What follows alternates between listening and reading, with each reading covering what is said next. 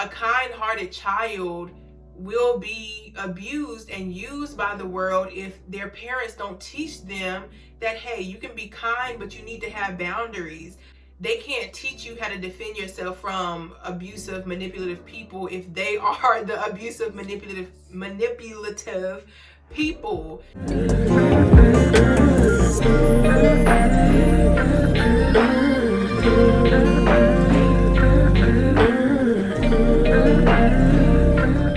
Hey everyone, welcome back to my channel. I am so thankful y'all are here. I pray you can find home here, and if so, welcome. So in this video, I want to talk to y'all a little bit about this whole process of really finding your identity, finding who you naturally are at your core after, processing trauma, after accepting the different things that you may have went through in your childhood, or an abusive relationship, a narcissistic relationship or dynamic or whatever. And right now, I'm always learning, I'm always introspecting, I'm always getting closer to who I am at my core by really asking myself the hard questions. When things happen in my life, I reflect on the part I play. It can be something as small as an interaction at the store, if I felt weird, or if somebody was treating me some type of way, or if it went well. However interactions go day to day, I'm always introspecting and just finding myself through the daily routine, But this whole topic of identity and really finding who I am at my core, I won't say it's something that I'm struggling with. I'm not struggling with it, but if you've been through narcissistic abuse, if you've grown up with a parent that has narcissistic traits, or just a family that has that type of energy, you learn that to stay safe, you have to hold back expression, hold back your needs, become a shell of yourself, not express how you really feel. One, because you'll get rejected or punished or shamed for that. And two, your needs won't be met anyway. Nothing will come of you expressing yourself, and either nothing comes of you expressing yourself, or something negative will happen due to you expressing yourself. But as an adult, we go through these things as children, or when we are in a more vulnerable space in our lives as an adult.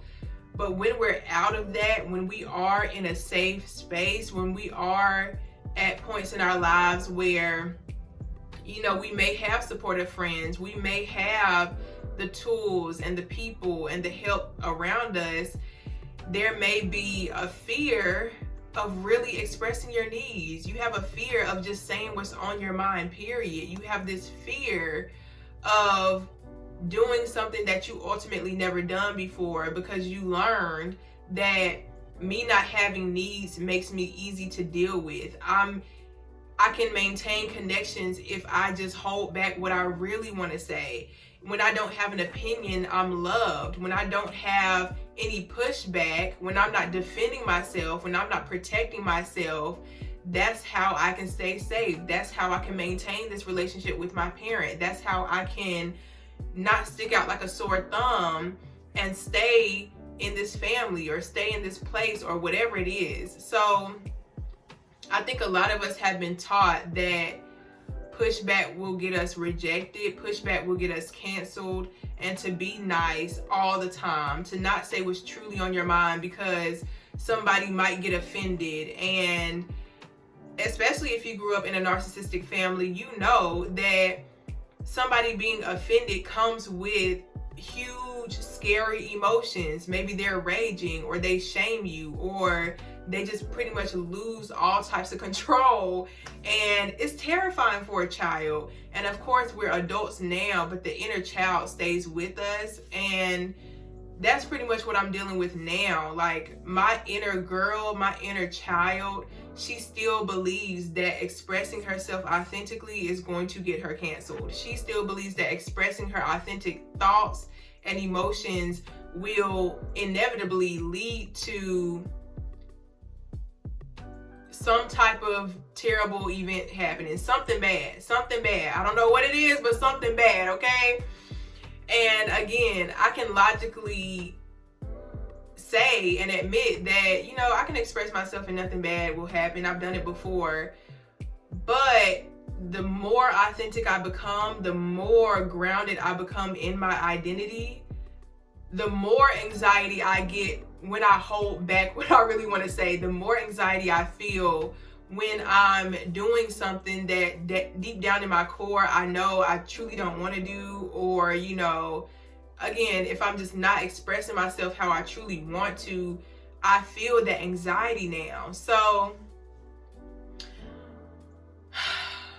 I believe at this current time in my life, like, it's been a huge challenge for me to not only remain true to myself, you know, not only continue to be authentic regardless of the anxiety, regardless of the fears and beliefs that hold me back from truly, you know, living this expansive life that I eventually want. But it's also about accepting where I am, you know, not beating myself up because I don't express what's on my heart. You know, there's a genuine and very real reason why my inner child, why I still feel that fear when it comes to expressing myself, why I still have that fear of truly dropping all my guards and showing my personality to the world, you know. So I don't beat myself up for not expressing my full identity, because it's something that I'm still finding.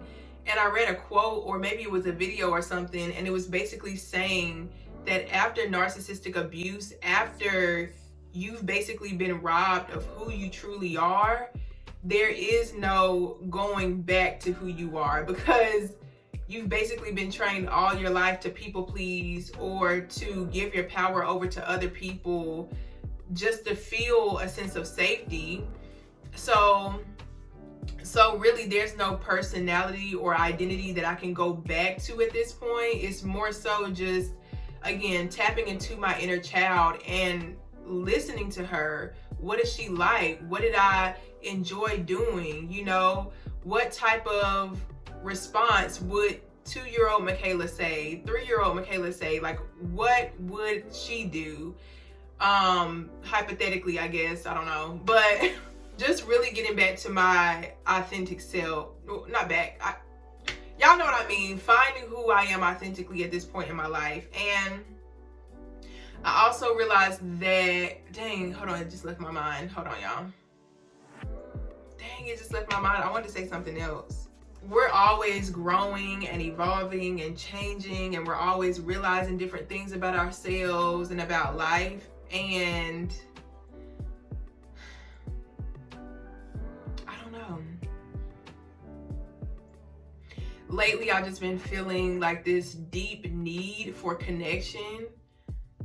Not just any connection, not just, oh, some random friends, or, oh, just hop on YouTube and talk for an hour, which, let me not say it like that, because I genuinely appreciate everybody who can resonate with my videos and who expresses that, you know, leaves comments and just lets me know, like, hey, this spoke to me, or this is what I'm going through, or whatever. That has genuinely helped me so much, y'all don't even know. So I do appreciate that, and I want more of that energy in my day-to-day life. You know, I desire more of that energy with friend groups that I'm in, or with men that I'm dating, or at the jobs I'm at, or the hobbies I take part in. Like, I've been genuinely desiring that deep connection in every area of my life. And I understand that the only way to get to that deep connection is for me to continue listening to that inner voice, listening to that inner guidance of who I am and who I'm meant to be. Because ultimately, everybody, that's what I wanted to say. Hold on. Everybody has a default way of being. You know, everybody has a personality type that they're just born with. But so many of us are walking around with all this trauma and these weird beliefs or negative beliefs and just mess of emotions that we can't even fully get to that core identity. We can't feel that deep sense of I am who I am, and it doesn't matter who sees me, it doesn't matter who I'm around, it doesn't matter, because there's so much fear attached to that genuine expression. Even in the ways that we heal from trauma, even in the ways that we chose to deal with, toxic relationships or just bad situations in general, those behaviors also lead us to our identity. Think about it. In narcissistic relationships, everybody reacts differently. Some people fight. Some people freeze and try to please that person. Some people leave and walk away.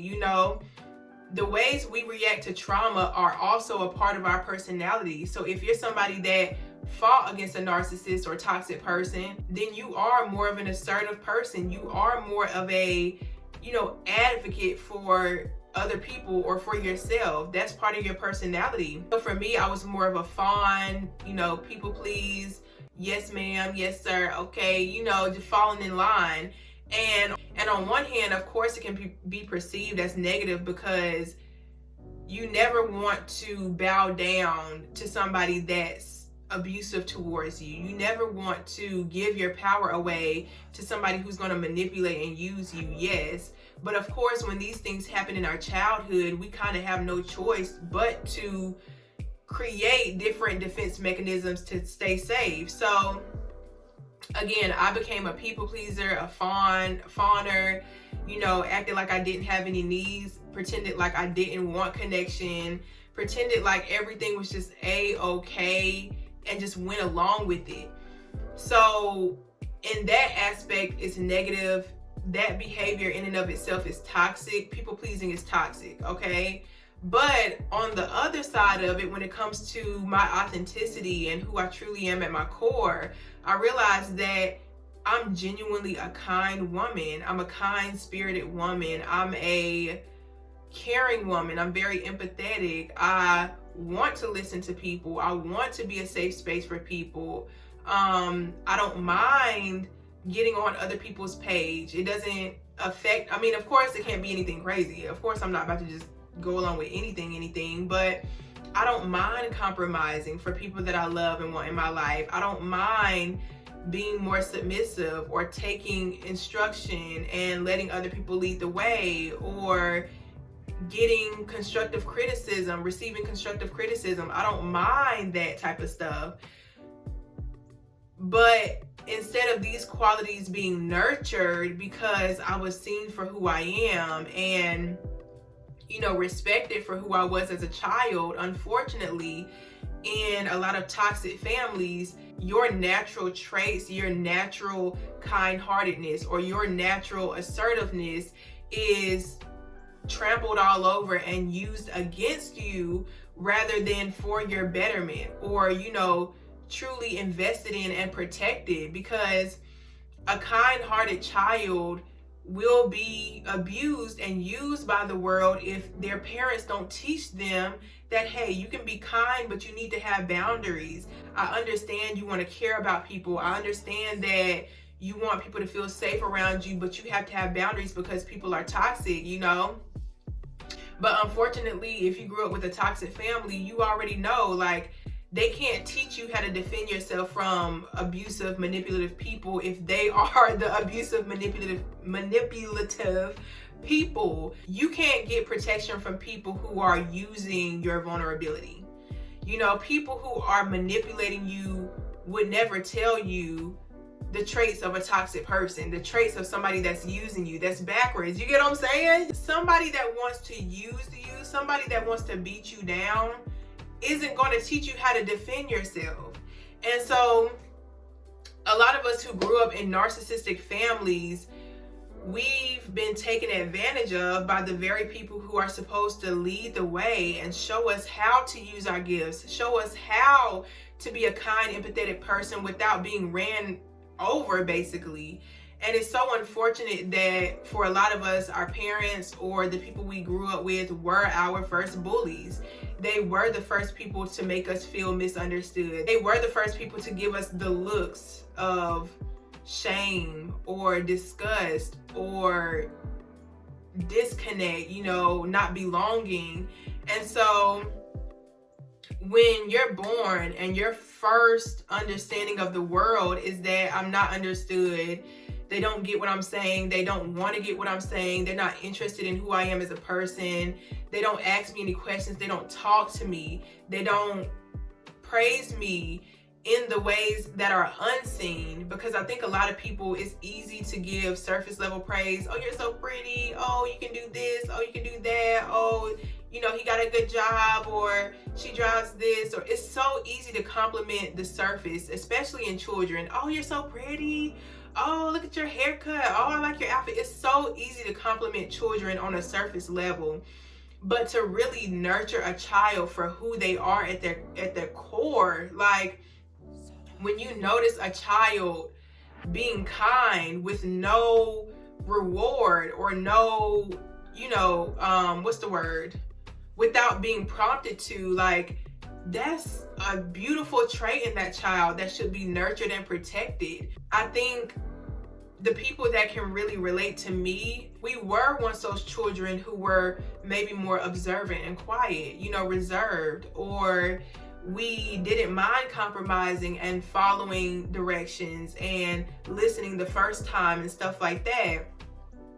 But unfortunately, when you do have more of a go along to get along type attitude, when you are more reserved and you appear weaker, in narcissistic families or relationships, narcissists will take advantage of that. They take advantage of the fact that you have a calmer spirit, a more passive spirit, or that you like to make space for people and invite people in to be their authentic self, or whatever it is. Like, whatever qualities you have, they're used instead of nurtured and cared for and praised.